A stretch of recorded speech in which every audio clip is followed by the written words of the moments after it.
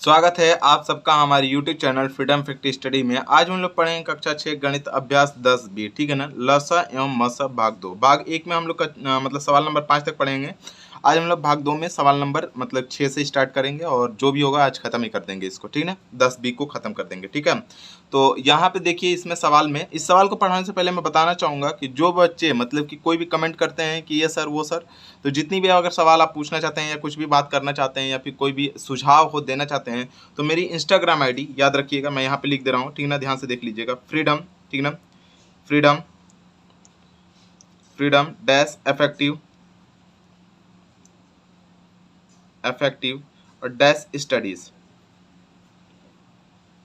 Studies यहाँ पे जाकर के आप फॉलो करिए और जो भी कुछ पूछना है सुझाव देना है तो आप यहाँ पे दे सकते हैं कि और भी सब्जेक्ट कोई पढ़ना चाहते हैं तो उसके लिए बता सकते हैं कि सर ये सब्जेक्ट बताइए, तो मैं वहाँ पे कोशिश करूँगा कि समझूंगा। जैसे ज़्यादा लोगों का मैसेज आता है कि सर ये पढ़ाइए तो उसको मैं स्टार्ट कर देता हूँ। जैसे बहुत सारे लोगों का मैसेज था कि सर ग्रामर पढ़ाइए इंग्लिश का, तो इंग्लिश के ग्रामर को मैंने स्टार्ट कर दिया। तो यहाँ पे आप लोग आपको कमेंट कर सकते हैं या फिर मैसेज कर सकते हैं। कमेंट मत करिएगा, कमेंट करेंगे तो कमेंट अच्छा है बुरा ये कर सकते हैं, कैसा पढ़ा रहा हूँ ये कर सकते हैं, लेकिन आप सोचेंगे यहाँ पे रिप्लाई मिलेगा तो रिप्लाई नहीं मिलता कमेंट में, तो आप यहाँ पे बात करेंगे तो बात हो जाएगी, ठीक है ना। तो अब चलते हैं हम लोग इसके छठे सवाल को देखते हैं और छठा सवाल है कैसे उसको समझते हैं, ठीक है ना। 5 अंकों की सबसे, ठीक ना, छोटी संख्या लिखिए और उसे अभाज्य गुणनखंड के रूप में व्यक्त कीजिए। तो लिखेंगे 5 अंकों की, ठीक ना। सबसे पहले लिखेंगे 5 अंकों की सबसे छोटी संख्या, सबसे यहाँ पर हो जाएगा छोटी संख्या, छोटी, ठीक है ना, संख्या। 5 अंकों की सबसे छोटी संख्या क्या हो जाएगी हमारी। आप लोग कक्षा 5 में छोटी संख्या बड़ी संख्या पढ़ाए हो, अगर जिन बच्चों को नहीं आ रहा वो जा करके कक्षा 5 की वीडियो देखें, ठीक है ना। यहाँ पे नहीं पूछेंगे कैसे आप लिख दिए, ठीक है। 1 लगाएंगे और 1 2 3 4 मतलब कि 0 लगा देंगे, 5 अंक की हो गई। देखिए 1 2 3 4 5 अंक हो गए इसमें, तो ये हो जाएगा हमारा 5 अंकों की सबसे छोटी संख्या। अब बोल रहा है इसका अभाज्य गुणनखंड निकलने के लिए, तो 5 अंकों की मतलब कि यहाँ पे लिख देंगे कि 10,000, ठीक है ना, 10,000 ही बनेगा 5 अंकों की सबसे छोटी संख्या। तो इसका, ठीक ना, का अभाज्य गुणनखंड, अभाज्य गुणनखंड, अभाज्य गुणनखंड, गुणनखंड, ठीक ना, गुणनखंड। अब 10,000 का आप क्या करेंगे, हम लोग एलसीएम ले लेंगे। एलसीएम मतलब लसामसा, इस चैप्टर की लसामसा का, तो इस तरीके से। अब देखिए किससे जाएगा हमारा, तो सबसे पहले हम लोग इसको ले जाके जाएंगे 2 से, 2 से ले जाएंगे तो 2 5 10 और कितने जीरो, 3 जीरो, क्योंकि 1 जीरो तो इसके साथ कट गया, फिर 2 से लिखेंगे तो यहाँ पे जगह 2 दूनी के 4, ठीक है ना, 2 दूनी के 4, 1 बच गया तो यहाँ पे 10 हो जाएगा। देखिए 2 दूनी के 4 गया, 1 बच गया, यहाँ पे 10 हो गया, तो 2 5 10, 10 तो कट गया, फिर डबल जीरो है, डबल जीरो लगा देंगे, ठीक है ना। अब देखिए फिर 2 से ले जाएंगे तो यहाँ पे जगह 2 1 2, फिर ये 2 दूनी के 4 हो जाएगा, 1 बच गया तो 2 5 10 और यहाँ पे 0 लगा देंगे, फिर 2 से करेंगे तो 2 छक्के 12, ठीक है ना, 2 छक्के 12, 2 दूनी के 4 और 2 5 कितना हो जाएगा हमारा 10। अब देखिए यहाँ पे क्या कर सकते हैं हम लोग, 5 से करेंगे, 5 से करेंगे तो यहाँ पे हो जाएगा 5 से करेंगे तो यहाँ पे हो जाएगा 5 से, तो 5 एकम 5, यहाँ पे बच गया 1, तो 5 दूना के 10, यहाँ बच गया 2, मतलब 5 5 25, ठीक है ना। तो यहाँ पे देखिए 5 से करेंगे तो कितना हो जाएगा, 5 दूना के 10, 2 बच गया तो इधर क्या हो जाएगा 25, ठीक है। 5 5 कितना हो जाएगा 25, ठीक है। 5 से करेंगे तो कितना हो जाएगा हमारा 5 5 25, फिर 5 से करते हैं तो कितना हो जाएगा हमारा 5 एकम 5। अब इसका अभाज्य गुणनखंड बोला था लिखने के लिए, तो इसके अभाज्य गुणनखंड जो भी है अभाज्य है, 2 भी अभाज्य में आता है और 3 भी अभाज्य में आता है, 5 भी आता है, 7 भी आता है, 11 भी आता है, 13 भी आता है। हम बताए थे पहले वाले वीडियो में, इसके पहले वाले वीडियो में, पहले पार्ट में बताए थे कौन कौन सी संख्या अभाज्य होती हैं। अगर नहीं देखे हैं तो जा करके देख लीजिए पहले संख्या में, पहली वीडियो को, कि अभाज्य संख्या किसे कहते हैं, ठीक है ना। तो यहाँ पे लिख सकते हैं कि 10,000 मतलब कि यहाँ पे लिखेंगे 10,000 या 5 अंकों की सबसे छोटी संख्या का, ठीक ना, का अभाज्य गुणनखंड, ठीक ना, अभाज्य गुणनखंड, गुणनखंड, गुणनखंड क्या हो रहा है वो देखिए, 2 गुणे 2 गुणे मतलब 2 गुणे 2 गुणे 2, मतलब जितना 2 है उतना गिन लीजिए, 1 2 3 4 5, 4 गुणा 4 2 है तो 4 2 कर लीजिए, गुणे कितने 5 हैं, 1 2 3 4, तो 4 5 है तो यहाँ पे लीजिए 5 गुणे 5 गुणे 5 और गुणे कितना हो जाएगा हमारा 5। ये सभी क्या हो जाएंगे, अभाज्य गुणनखंड होंगे और यही इसके क्या हो जाएंगे आंसर। मतलब 10,000 तो हो गई छोटी संख्या, ये तो लिख दिए, और इसका अभाज्य गुणनखंड कितना हो जाएगा हमारा, ये हो जाएगा। तो इस तरीके से इसको करना है। यहाँ पे ये भी आंसर ही है, बात समझिएगा, ये भी आंसर है और ये भी आंसर है, दोनों आंसर है। कैसे, अब देखिए बोला है 5 अंकों की सबसे छोटी संख्या मतलब कि संख्या लिखी है तो 5 अंकों की सबसे छोटी संख्या लिख दिए पहले, उसके बाद उसका बोला अभाज्य गुणनखंड कीजिए तो अभाज्य गुणनखंड कीजिए। जस्ट 5वें सवाल में भी ऐसे ही बताया हूँ मैं, ठीक ना। उसमें बोला था 4 अंकों की सबसे बड़ी संख्या लिखिए और उसके अभाज्य गुणनखंड लिखिए। तो अगर आप कल के वीडियो देखे होंगे तो आपको अच्छे से समझ में आ गया होगा, ठीक है। तो अब चलते हैं हम इसके अगले सवाल और देखते हैं 7वें सवाल को। 7वां सवाल हमारा दिया हुआ है कि 1728 के अभाज्य गुणनखंड, ठीक ना, भाग विधि से बताना है। तो भाग विधि अभी पीछे जो बताया वो भाग विधि ही था, ठीक ना। उसी तरीके से आपको क्या करना है, बताना है, ठीक है ना। तो सबसे पहले यहाँ पे देखिए 1728 दिया हुआ है तो 1728 को हम लोग लिखेंगे, ठीक है ना। यहाँ पे क्या लिखेंगे, 1728 जो भी है 1728 इस तरीके से लिखेंगे। इसका भाग विधि से हम लोग क्या करते हैं कि गुणनखंड निकालते हैं। तो यहाँ पे 2 से जाएगा। देखिए गुणनखंड की विधि क्या होता है, जैसे मान लीजिए गुणनखंड विधि हम अभी पीछे वाले सवाल को गुणनखंड विधि से बता देंगे, ठीक है। तो देख लीजिएगा भाग विधि बोला है तो भाग विधि जो पीछे बताया वो भाग विधि ही था। उसमें ये नहीं लिखा था कि गुणनखंड विधि से कीजिए, तो इसलिए हम गुणनखंड विधि से नहीं किया, ठीक है ना, भाग विधि से ही कर दिए। इसमें डायरेक्ट लिखा है भाग विधि से कीजिए तो भाग विधि से ही करेंगे, ठीक है ना। जिसमें लिख देगा कि आप इस विधि से कीजिए आपको वही विधि लगाना पड़ेगा, नहीं तो फिर आपकी मर्जी। अगर नहीं लिखा है तो आपकी मर्जी, आप कोई भी विधि से कर सकते हैं, ठीक है ना। तो यहाँ पे देख लीजिए ये 2 से करेंगे, 2 8 कितना हो जाएगा हमारा 16, 2 8 कितना हो जाएगा हमारा 16 हो जाएगा। फिर एक बच गया तो यहाँ पे कितना हो जाएगा, 2 6 कितना हो जाएगा हमारा 12, फिर 2 चौके कितना हो जाएगा हमारा 8 हो जाएगा। फिर 2 से करेंगे कितना हो जाएगा, 2 चौके 8 हो जाएगा। फिर 2 3 6 हो जाएगा, 2 दूनी कितना हो जाएगा हमारा 4 हो जाएगा। फिर 2 से करेंगे तो कितना हो जाएगा, 2 दूनी के 4 हो जाएगा, 2 1 कम 2 हो जाएगा, 2 6 के 12 हो जाएगा। फिर 2 से करेंगे कितना हो जाएगा, 2 1 कम 2 हो जाएगा, फिर 0 लगाएंगे। और फिर जो 0 लगा रहे हैं क्योंकि दोनों संख्याओं को एक साथ लेना पड़ेगा, तो 2 8 कितना हो जाएगा हमारा 16 हो जाएगा। फिर 2 से करते हैं तो यहाँ पे जाएगा 2 5 10 और 2 चौके 8 हो जाएगा। फिर यहाँ पे 2 से करेंगे कितना हो जाएगा हमारा, 2 दूनी के 4 हो जाएगा, 2 7 14 हो जाएगा। फिर 2 से करते हैं तो कितना हो जाएगा, 2 1 कम 2 हो जाएगा। 2 से तो अब जाएगा नहीं ना क्योंकि 27 है, तो 3 से जाएगा। तो यहाँ पे 3 से जाएगा तो 3 9 27 9 हो जाएगा, ठीक है ना। 3 9 27 9 हो जाएगा। फिर 3 से जाएंगे तो कितना हो जाएगा, 3 3 के 9 हो जाएगा। फिर 3 से ले जाएंगे तो कितना हो जाएगा, 3 कम 3 हो जाएगा, ठीक है। तो इस तरीके से इसको आपको करना था, ठीक है, ध्यान रखेंगे इसको। अब यहाँ पे लिख लेंगे हम लोग कि 1728 का गुणनखंड, मतलब 1728 लिख दीजिएगा, ठीक ना। सॉरी 1728, ठीक ना, मिस्टेक हो जा रहा है यहाँ पे, ध्यान से देख लीजिएगा। यहाँ पे लिखेंगे 1728 का गुणनखंड जो बन जा रहा है वो जो ऊपर में है वही लिख लेंगे। क्या है गुणनखंड में, 2 कितनी बार है, 1 2 3 4 5 6 टाइम है तो 6 बार। 2 गुणे 2 गुणे यहाँ पे जगह 2 गुणे यहाँ पे जगह 2 गुणे यहाँ पे जगह 2 गुणे यहाँ पे जगह 2। देखिए 6 बार है, 1 2 3 4 5 6। और 3 कितनी बार है, 3 बार, तो यहाँ पे लिख देंगे 3 गुणे यहाँ पे जगह 3 और गुणे यहाँ पे जगह 3। और यही इसका क्या हो जाएगा, आंसर हो जाएगा। आप आंसर मिला लीजिएगा, इसका आंसर इसी तरीके से इसको निकालना है, ठीक है। अब हम लोग चलते हैं इसके अगले सवाल को देखते हैं, 8वें सवाल को, ठीक है। 8वां सवाल हमारा दिया हुआ है कि निम्नांकित संख्याओं के अभाज्य गुणनखंड ज्ञात कीजिए। अब देखिए इसमें नहीं बोला है कि आप भाग विधि से करिए या गुणनखंड विधि से करिए, डायरेक्ट बोला है कि अभाज्य गुणनखंड ज्ञात कीजिए। तो आप दोनों में से कोई भी कर सकते हैं, लेकिन हमको गुणनखंड दिखाना था तो हम गुणनखंड यहाँ पे आप लोगों को सिखा दे रहे हैं, ठीक है ना। समझिए इस गुणनखंड को, 112 दिया हुआ है, इसका हम लोग गुणनखंड विधि से निकालेंगे। तो 112 का, पहले 112 का निकाल के दिखा रहा हूँ मैं। 112 का करेंगे तो 112 में कितने का गुणा कर देते हैं, 2 का अगर गुणा करते हैं 56 में, 56 में, तभी क्या हो जाएगा हमारा 112। मतलब 2 से इसमें देख लीजिए, 2 पहले लिखेंगे, फिर 2 5 10 और 2 6 12 हो गया आपका। फिर जस्ट इसके आगे आप क्या लिख सकते हैं, 2 तो है ही, 2 तो रहेगा ही रहेगा। अब इसमें फिर से एक बार 2 करेंगे तो कितना हो जाएगा हमारा, 2 से अगर कर लेते हैं तो 2 दूनी की कितना हो जाएगा हमारा 4 और 2 8 कितना हो जाएगा 16, ये बन के आ गया। फिर अगर मान लीजिए आपको 28 को भी करना है, इसके आगे भी करना है, तो 28 को भी करेंगे कितना, 2 से, मतलब इसके आगे अगर फिर से निकालते हैं हम लोग, इसको निकालते हैं, ये बढ़ते जाएगा, ठीक है ना।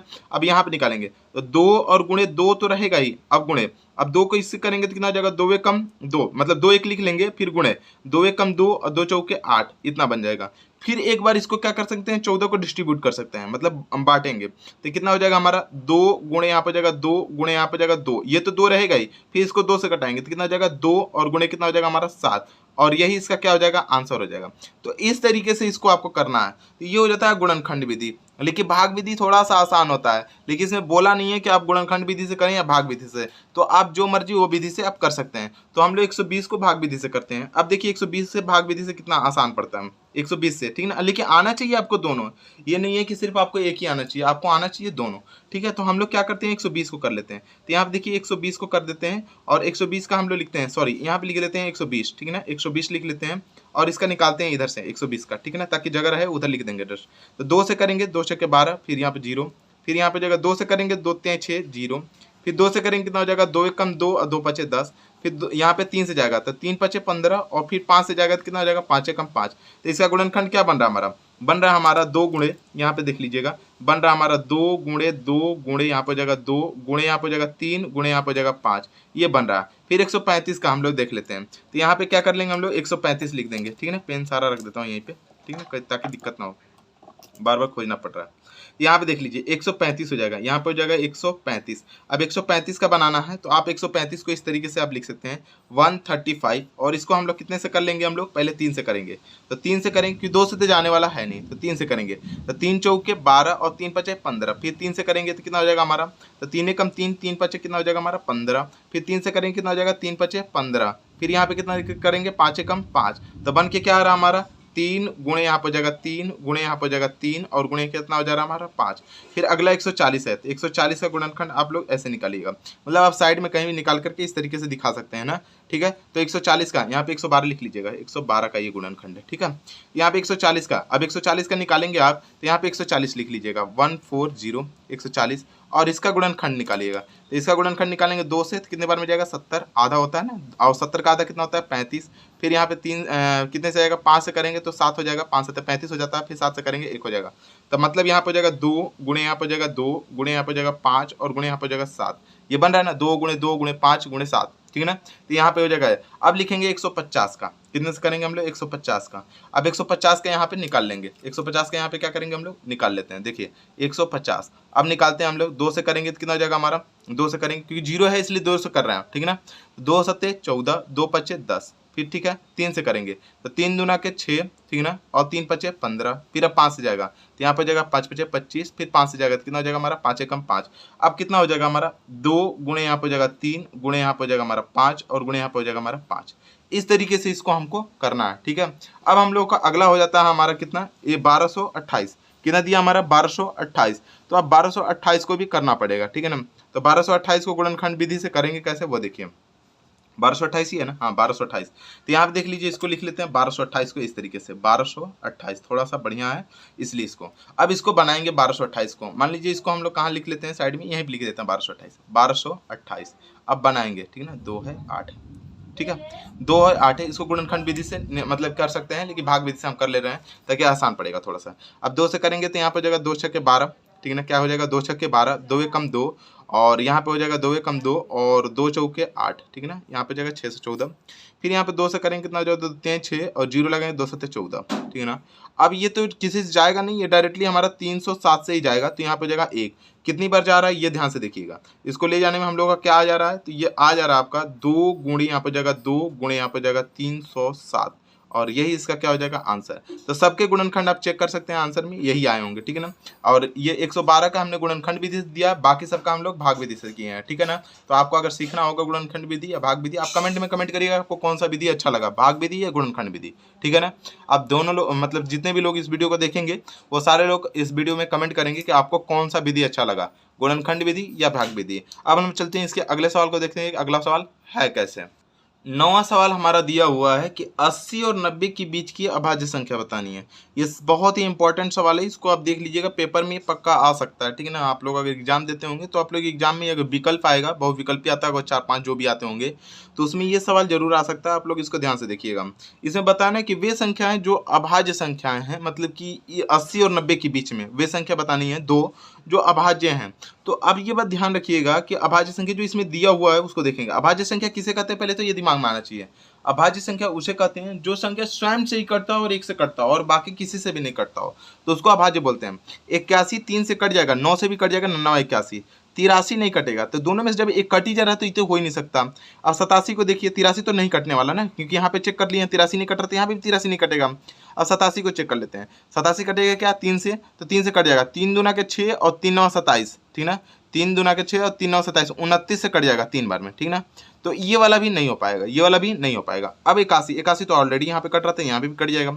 89 को चेक कर लेते हैं, 89 कट रहा है क्या, 89 अगर कट रहा है क्या, 89 को देखेंगे, नहीं 89 नहीं कटेगा, 3 से भी नहीं कटेगा, 7 से भी नहीं कटेगा, नहीं कट रहा है। इसका मतलब 81 कट जा रहा है तो ये भी नहीं होगा, ठीक ना, ये भी नहीं हो रहा, ये भी नहीं हो रहा और ये भी नहीं हो रहा। अब इसमें क्यों नहीं आ रहा, क्योंकि 81 कट जा रहा था, इसमें क्या 81 कट जा रहा था, इसमें 87 कट जा रहा था, लेकिन इसमें देखिए 83 नहीं कट रहा, 83 इसमें दिया हुआ, 89 नहीं कट रहा, 89 नहीं कट रहा। इसका मतलब जो ऑप्शन होगा इसका चौथा, यही इसका क्या हो जाएगा आंसर।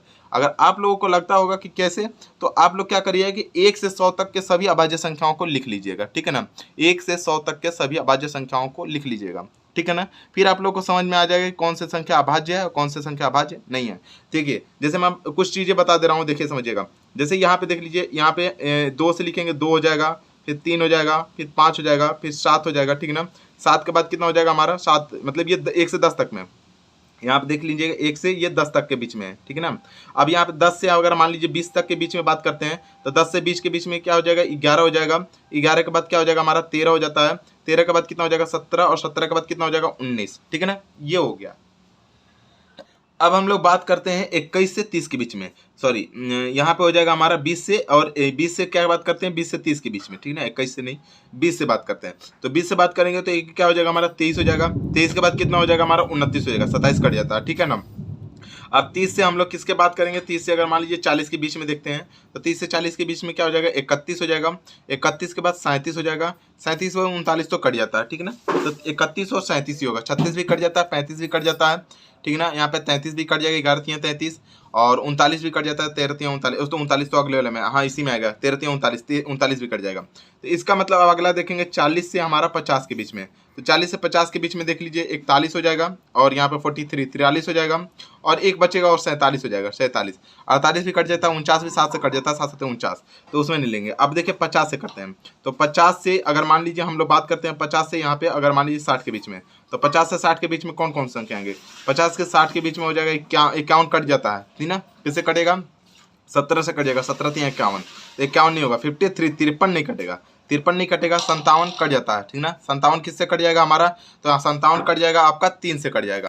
53 के बाद अगर हो जाएगा तो 57, 57 तो कट जाएगा, 57 कट जाता है, ठीक ना, 3 से कट जाएगा 57, इसका मतलब 59 एक बचा, 59, ठीक ना। तो ये संख्याएं क्या हो जाती हैं, नहीं कटती हैं। फिर अगला आ जाएगा हमारा क्या चीज़ 60 से, ठीक है, इधर लिख देता हूँ, ठीक है ना, यहाँ पे देखिए 60 से अगर मान लीजिए बात करते हैं हम लोग 70 के बीच में, मतलब कि 60 से 70 के बीच में, तो 60 से 70 के बीच में अगर आएगा तो हमारा 61 हो जाएगा, 61 के बाद क्या हो जाता है हमारा 67, 67 हो जाएगा, 67 के बाद 69 कट जाता है, मतलब यही दो संख्याएं हो जाएंगी।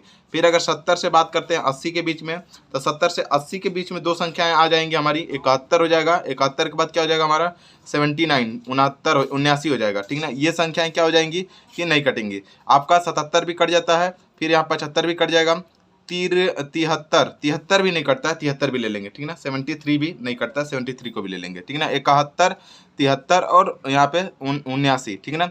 अब दूसरा हमारा क्या हो जाएगा हमारा 80 से लेकर के 90 के बीच में, और यही वो पूछा था, तो 80 से 90 के बीच में 81 कट जाता है, 81 के बाद 82 भी कटेगा, 83, तो 83 यहाँ पे नहीं कटेगा, तो 83 हो जाएगा। 83 के बाद 84 कट जाएगा, 85 कट जाएगा, 86 भी कट जाएगा, 87 भी कट जाएगा, 3 से कट जाता है, 88 89 नहीं कटता है, तो 89 को लिख देंगे, ठीक है ना। ये दोनों संख्याएं देखिए इसके बीच में आ गई, जो कि हमारा सही आंसर इसी का था। फिर तीसरा लास्ट वाला देखेंगे 90 से लेकर के 100 के बीच में, ठीक है ना, 100 के बीच में मैं लिखवा दिया इसलिए ताकि आप लोग ध्यान रखेंगे इस सब चीज़ों को, ठीक है ना। 90 से 100 के बीच में, तो यहाँ पर हो जाएगा 91, 91 कट जाएगा, 13 से 91 कट जाता है हमारा, 92 कट जाएगा, 93 3 से कट जाएगा, 94 भी हो जाएगा, 95 भी कट जाता है, 96 भी कट जाएगा, 97 97 नहीं कटेगा, एक 99 भी 11 से कट जाएगा, 9 से भी कट जाएगा, 3 से भी कट जाएगा, ये 97 नहीं कटेगा। तो इसका मतलब सिर्फ और सिर्फ 90 से 100 के बीच में एक संख्या वो है 97, ठीक है। तो इस तरीके से ये सारी संख्याएं क्या है, अभाज्य है। अगर बोल देता है भविष्य में कल के सवाल में अगर आपको बोल देता है कि 1 से 100 तक के बीच में कितनी संख्याएं अभाज्य होंगी, तो सबको गिन करके आप लिख देंगे, ठीक है ना। तो ये सारी संख्याओं को आप देखेंगे अभाज्य है। अगर इसमें से कोई संख्या छुटी होगी तो आप बता सकते हैं कमेंट में, ठीक है ना, कि सर एक संख्या छूट गई है, कौन सी संख्या छुटी हो आप लिख कर बताइएगा कौन सी संख्या छूट गई है, ठीक है, या फिर लिखिए कौन सी संख्या एक्स्ट्रा लिख दिया हूँ, ठीक है ना। जरूर लिखिएगा, मेरे को ये जानने की जरूरत रहेगी। हो सके मैं गलती कर सकता हूँ, ऐसा नहीं है कि गलती नहीं करूंगा, ठीक है ना, गलती हो सकती है हमसे भी, तो आप लोग जरूर देखिएगा इसको और लिख करके बताइएगा, ठीक है। अब चलते हैं हम इसके अगले सवाल को देखते हैं, 10वें सवाल को। 10वां सवाल दिया हुआ है रिक्त स्थानों की पूर्ति कीजिए, जिसमें से देखिए पहला सवाल दिया हुआ है हमारा कि वे संख्याएं जिनके 2 या 2 से अधिक अपवर्तक हैं। तो कोई भी संख्या के 2 या 2 से अधिक अपवर्तक रहते हैं तो वो होती है भाज्य संख्या। क्या हो जाएगी हमारी, भाज्य, ठीक है ना, भाज्य संख्या, भाज्य संख्या, ठीक है ना, भाज्य संख्या। अगर दूसरा हमारा वही सवाल दिया हुआ है कि वे संख्याएं जिनके अपवर्तक क्या होते हैं, 1, ठीक है ना, एक और स्वयं वह संख्या होती है, मतलब कि एक और स्वयं से मतलब विभाजित होती है, वह संख्या कहलाती है अभाज्य संख्या। क्या हो जाएगी हमारे? अभाज्य संख्या। थोड़ा सा लिखने में हमको लग रहा है गड़बड़ कर दिए हैं, तो यहाँ पे ध्यान से देख लीजिएगा। होना चाहिए कि वे संख्याएं जिनके अपवर्तक एक हो, अच्छा जिनका अपवर्तक एक हो और स्वयं हो, मतलब कि वे संख्या एक भी मतलब एक से कटे और स्वयं से कटे, वे संख्या क्या कहते हैं? अभाज्य संख्या कहते हैं। कुछ गड़बड़ नहीं है, पढ़ने का तरीका अलग था, ठीक है ना। यहाँ पर अपवर्तक कहते हैं अभाज्य संख्या कहते हैं, ठीक है ना। अभाज्य संख्या कहते हैं, इस तरीके से लिख लीजिएगा, अभाज्य संख्या, अपवर्तक नहीं अभाज्य संख्या कहते हैं, ठीक है ना। और तीसरा हमारा दिया हुआ है कि एक न तो भाज्य है, ठीक है ना, याद रखिएगा, ना तो ये भाज्य ही है और ना ही क्या है हमारा? अभाज्य है, ठीक है ना। ये बात ध्यान रखेंगे, ना ही क्या है हमारा? अभाज्य है, अभाज्य है, इस बात को ध्यान रखेंगे। एक ही एक ऐसी संख्या है, नंबर 1 की बात कर रहा हूं, नंबर 1 ही एक ऐसी संख्या है कि जो ना भाज्य में जाता है ना ही अभाज्य में आता है। ना ही इसको लिख सकते हैं कि भाज्य है ना ही अभाज्य है, क्योंकि अगर अभाज्य की बात करता है तो हम 2 से स्टार्ट करें, 2 3 5 7 हम बोलते हैं हमेशा, और भाज्य की बात करता है तो भाज्य भी 2 से ही स्टार्ट होता है, 2 4 6 8 10 इस तरीके से जाता है, ठीक है ना। तो इस तरीके से आपको करना होगा, ठीक है। अब देख लीजिए हम लोगों का यहाँ पे क्या हो जाएगा, हमारा चौथा सवाल दिया हुआ है कि एक संख्या के अपवर्तक, ठीक है ना, एक संख्या का अपवर्तक 7 है, 14 है, 21 है, 24 है, ठीक है ना। 7 है, 14 है और यहाँ पे हो जाएगा हमारा 24 है। तो यह संख्या मतलब कि यह संख्या क्या हो जाएगी? तो यहाँ पे चौथा मतलब कि आपको लिखना है कि वह संख्या क्या होगी, उसके बारे में आपको लिखना है। यहाँ पे एक चीज ध्यान रखिएगा, 24 नहीं होगा 28 होगा। मैं भी वही सोच रहा था कि 24 के बाद यहाँ पे 21 के बाद 24 के 7 का अपवर्तक भी नहीं हो पाएगा, तो ठीक ना। तो एक संख्या के अपवर्तक अगर 7 दिया है, अगर 14 दिया है, 21 दिया है, 28 दिया है, तो वह संख्या 7 है, ठीक ना। और वह संख्या भी क्या हो जाएगी? 7 है। यहाँ पे लिख सकते हैं कि वह संख्या क्या हो जाएगी? 7 है। वह संख्या 7 है या 7 का अपवर्तक है, ऐसा लिख सकते हैं कि 7 का अपवर्तक है, आपको 7 ही भरना है, वह संख्या 7 है। इस तरीके से ये चैप्टर हुआ खत्म। अगर आप लोग को हमारी ये वीडियो अच्छी लगती हो तो प्लीज़ चैनल को लाइक करें, शेयर करें और सब्सक्राइब करना बिल्कुल ना भूलें।